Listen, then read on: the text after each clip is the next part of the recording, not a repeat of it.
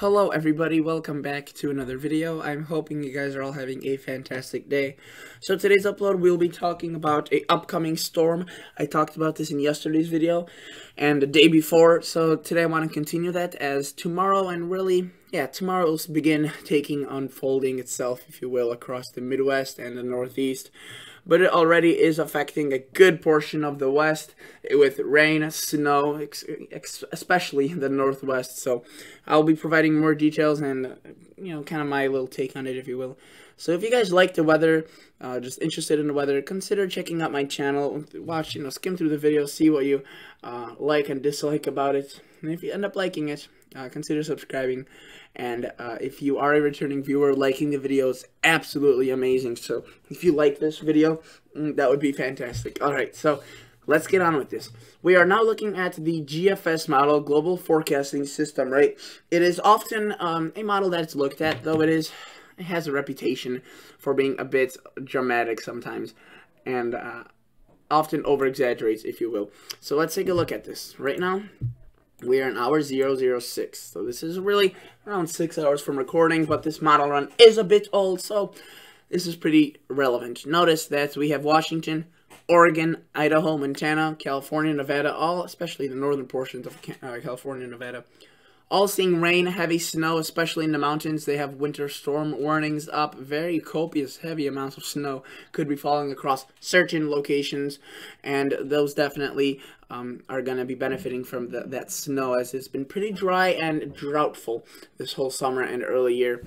For the Northwest, they are in a moderate to severe drought, so this snow definitely is going to be useful. Notice that we do have some green colors as well. That is the rain for the lower elevations. Just to show you the power of the storm and what its potential can do. Oh, let's let that chair squeak itself out. Notice that the snow totals from this system are already pretty high. We do have a few locations in Oregon seeing 16 inches of snow. Right there we have that 16-inch report. And obviously the snow is still falling. And this was a report from 4:37 p.m. So I think that was actually just right now, since it's 6:37 Central Standard Time. So there it's 4:37. I don't think they convert it. Oh, no, they do. Okay, they do convert it. Central Standard Time. All right. I was about to say, holy cow, I got that report just on a minute. But notice, we do have quite a bit of snow already has fallen, and we will continue snow falling. You can see there's a lot of precipitation still left. This does start dwindling, if you will. The precipitation intensity does go down, but it does spread further inland into portions of eastern Idaho, western Wyoming. And as it does so, we also see an influx of moisture from the Gulf of Mexico, and this is basically what sets the stage for our storm that I'm talking about in this video. So these two pieces of energy kind of dance their way together. So this one centered across, this is a little piece of energy a bit further to the north. The main piece is right around Wyoming and exits into the Dakotas, and you can see kind of transfers a bit of the energy. So a lot of this will come from the Gulf of Mexico. This moisture, obviously, is very plentiful. The tropics have been crazy this year, so, if a winter storm has enough power to bring up some Gulf of Mexico moisture, it definitely will take advantage of that. And notice that we start seeing rain develop 2 o'clock in the afternoon. This is 7 o'clock in the evening, Saturday, so not today, but tomorrow.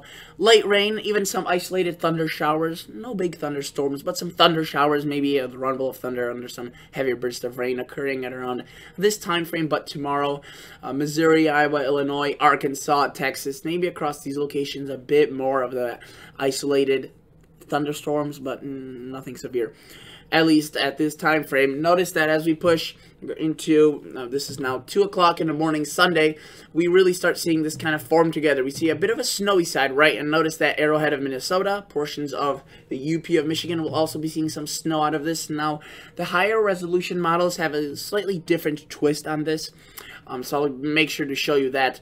But the thing is that while the people may be looking at this and saying, okay, what's so impressive about this storm? The thing that's really impressive is not really the snowy side, and that's pretty clear. The snow accumulations won't be that heavy, but it's the winds. I mean, the winds off this system are going to be wicked. They're going to be very powerful, very strong, and definitely, I would say, the most dangerous part of this storm. Winds, obviously, over the lakes, especially if it's cold winds, which this storm system will provide. There could be some lake effect getting kicked up from this system. So this may be, the system may still have an impact on the weather, even after it's already gone. Just with the airflow it kind of establishes across the Great Lakes, that could still produce a bit of lake effect snow. It doesn't seem extremely conducive for copious amounts, not a lake effect storm. There's certain setups that are more favorable, but definitely some is possible. And without further talking, let's just show you this. So this is 2 a.m. Sunday. This is now 7 o'clock in the morning Sunday. Notice it develops a pretty nice tail, a cold front, extending all the way to really the Gulf Coast, and the northern tip is all the way into southern Canada with that snow. And the GFS sometimes likes to overdo certain storms, show it a bit larger. But again, this thing is most likely not really overdone. The winds will be very powerful, and the precip will be there. Definitely kind of almost like adding a salt to injury, or adding already pain into a wounded area, because really, I do think the winds are going to be the main takeaway from this system, the main deal with this storm. And let's take a glance at this as it pushes now 2 o'clock in the afternoon Sunday. Notice a lot of this is transitioning into snow across Michigan, the UP, into portions of, again, maybe even northern Indiana, and obviously southern Canada, seeing quite a bit of snow. For my Canadians that live in these large lined up cities across southeastern Canada, with this system, it doesn't look as if you'll be seeing a wintry storm with many inches of snow. But what you may get, especially this like cities like Quebec further up towards the north and east, you maybe get a thud of snow, if you will, kind of this burst of snow, maybe an hour or two of heavier snow before it transitions into kind of a rain-snow mix. So that's definitely something that could make travel pretty treacherous and a kind of a pain. But notice this thing again, 975, it's working together with a high pressure from the south, and really just wicked winds coming off from the lakes. Gales of November off Lake Superior will be strong, and a couple days ago actually was the anniversary of the wreck of the Edmund Fitzgerald, the ship that sank because of a really powerful storm system that actually took a track similar to the one, if you recall, the one that dumped snow across Minnesota, that blizzard, or that winter storm warnings were issued. It took a track, I just want to get off topic for a bit here. It took a track, something like this, through Lake Superior, the storm, and the ship collided with that, and it sank. 26, I think, or 27 crew members died, so it was a very sad day, especially since that ship was a giant one. I think the largest one in the Great Lakes, operating one at that time. And it just goes to show you that these storms do have the potential to easily crush even the largest of the ships. And I'm not saying that will happen, today or with this storm. I'm just saying that the strength that these things have is often underestimated, especially with such strong winds. The waves will be very significant. Notice that once this pushes into southern Canada, again, a lot of snow starts mixing in with the rain. This is now late Sunday or early Monday morning hours, depending if you live on the East Coast or West Coast. And for the East Coast, this will be around 3 o'clock in the morning Monday. Notice we do have quite a bit of snow potentially still occurring across extreme northern Maine, so we could definitely be looking at that carefully. Coastal areas, obviously more of a rain thing, but then notice we do see some bands of lake effect going off lakes, and often the global models are really imprecise with the lake effect, and they don't show it as significantly or as accurately, or don't portray it at all, even if it could be a large threat. So notice that the GFS definitely does show lake effect bands. That is indicated by lake effect, and it actually keeps them around for quite a while, all the way into late Monday, early Tuesday.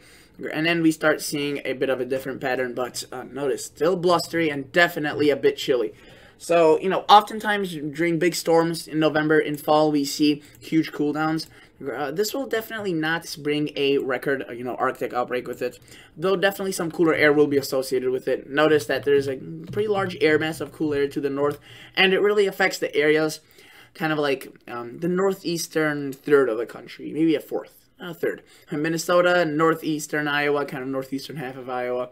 So really any of these locations will be seeing some cooler temperatures to start the week around Monday, Tuesday, and into Wednesday. But notice that with the pattern that's going on, we see a continuous kind of flipping. We don't see it blocking, so these things come and go. And that cold air really spills pretty far south across the east coast, really, but that's about it. And then it moves on, and we see warm temperatures. What happens after this is a bit unknown. Some models are showing big storms, big cold. Other models are not, so we'll definitely have to see. You can see the GFS does definitely paint a bit of cooler air. Okay, without getting too far out in time, let's take a look at the total snowfall accumulations from this system. Again, for the American side, this doesn't look too strong, but across Canada, definitely I would say quite a bit of snow. This GFS may be underdoing some of the snowfall amounts across the southern Canadian areas. But notice, definitely has those little pockets right there, and that's associated with that lake effect. And again, while this doesn't look ominous at all, the winds off this storm will be pretty strong.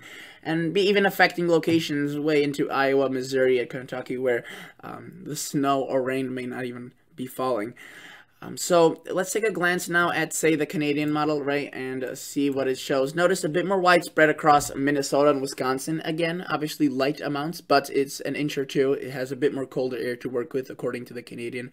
It definitely does show more snow across Canada, and even into cities like Quebec. You could see right on the mouth right there, possibly seeing, there's a pocket right north of it seeing 10 inches. I don't think maybe a foot will fall, but several inches may fall. Northern Maine, you could see this is what the European shows as well. Quite a bit of snow may fall across northern Maine and southern Canada. That could be associated with, again, that cooler air, a bit more abundant than what the GFS shows. And obviously those little pockets right there associated with the lake effect, which is often underdone by the long-range models.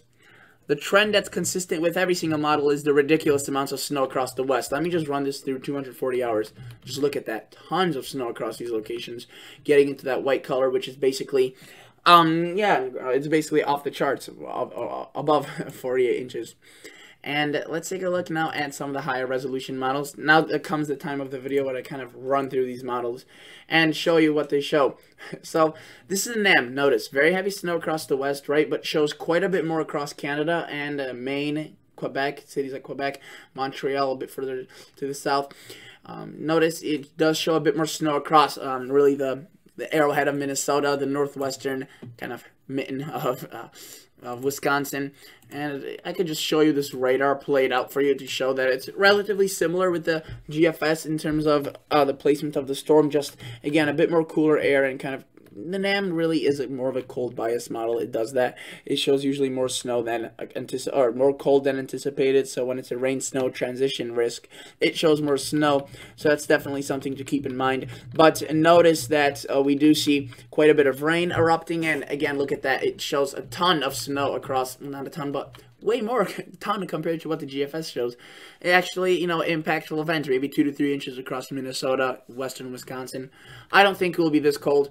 I think this will mainly be falling as rain, though definitely. And around that early Sunday morning time frame, the cold air catches up, and this system tilts into a negative axis, if you will, a negative slope, and that gives it a bit of the cold air to wrap in and change some of that rain to snow.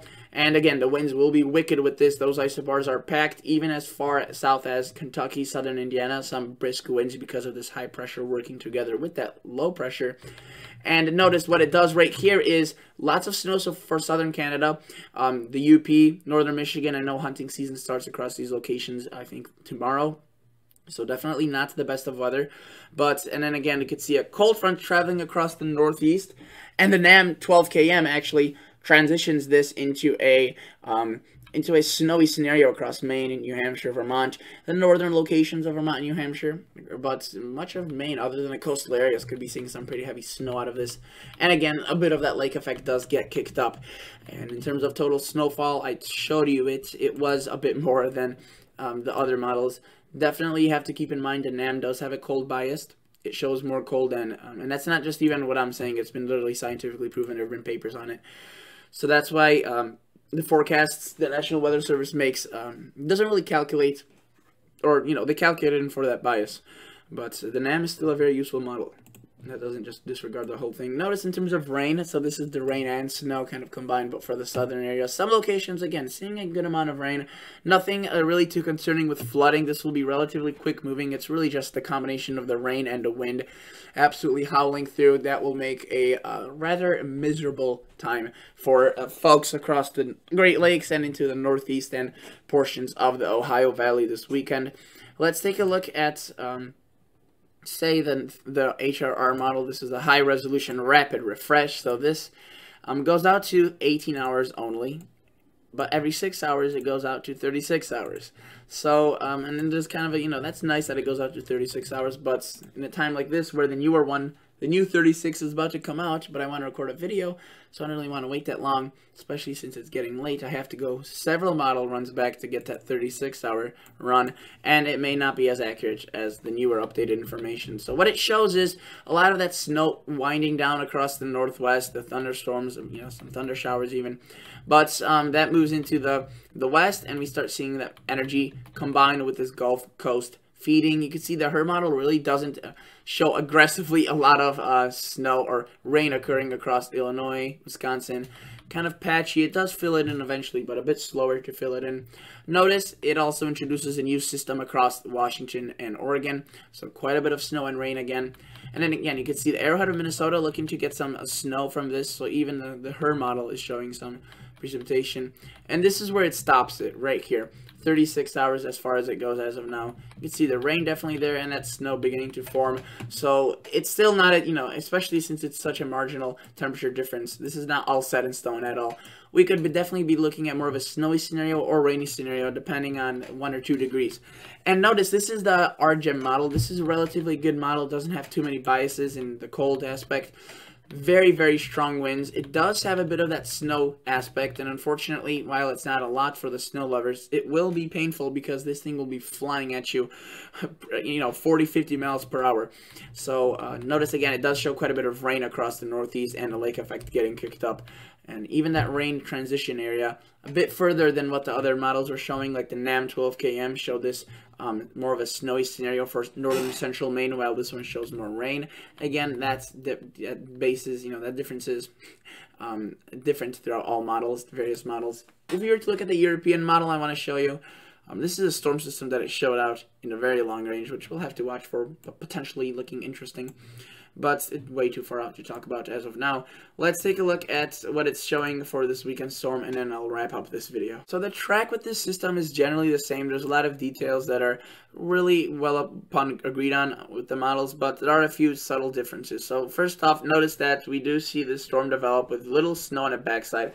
Not much precipitation to convert the rain into snow across Minnesota or Wisconsin. Quite a bit of rain, and again, pretty powerful system developing a very nice snow shield across southern Canada. Very heavy snow. Again, it looks as if some cities, some larger metropolitan areas across southern Canada could get a thud of snow before this thing transitions mainly to rain. But if you were to look at portions of New England, for example, you can see it shows Vermont, New Hampshire all seeing rain, but northern, or Vermont and New Hampshire seeing rain, but then northern Maine could be seeing quite a bit of even some heavy snow. Where that exactly sets up is a bit hard to determine, but again, cities located in Labrador, Newfoundland are in for some snow, New Brunswick, Nova Scotia maybe even, and obviously Quebec and portions of Ontario could definitely be seeing some snow, and you can see this wraps up into a pretty tight system off into the southeastern Canadian area.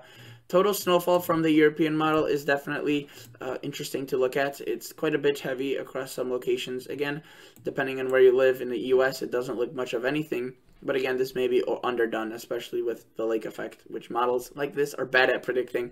But notice, cities like Quebec at the mouth right there, you could be in, I mean, it varies a lot. That snow could be ranging from 3 across the southern sections to 11 across the northern sections. So definitely that could be a concerning thing in terms of snowfall.